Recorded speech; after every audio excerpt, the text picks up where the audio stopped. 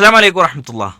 നബി സല്ലല്ലാഹു അലൈഹി വസല്ലം തങ്ങളോട് ഉപദേശം ചോദിച്ചു വന്ന ഒരു സഹാബിയുടെ സംഭവം ഇമാം തിർമിദി ഉദ്ധരിക്കുന്നുണ്ട്. അപ്പൊ അദ്ദേഹത്തിന് നബി സല്ലല്ലാഹു അലൈഹി വസല്ലം തങ്ങൾ പറഞ്ഞു കൊടുത്ത ഒരു കാര്യം ഇതായിരുന്നു: ലാ യസാലു ലിസാനുക റത്ബൻ മിൻ ദിക്രില്ലാഹ്. നിന്റെ നാവിനെ എപ്പോഴും നീ ദിക്ർ കൊണ്ട് പച്ചപിടിപ്പിക്കാൻ ശ്രമിക്കണമെന്നാണ്.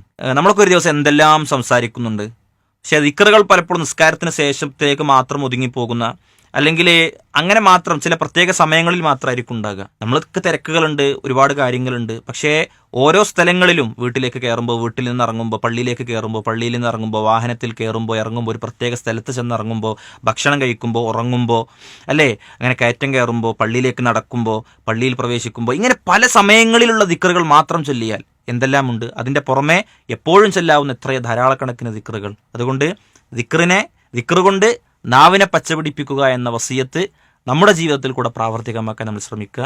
അള്ളാഹു അനുഗ്രഹിക്കുമാറാവട്ടെ.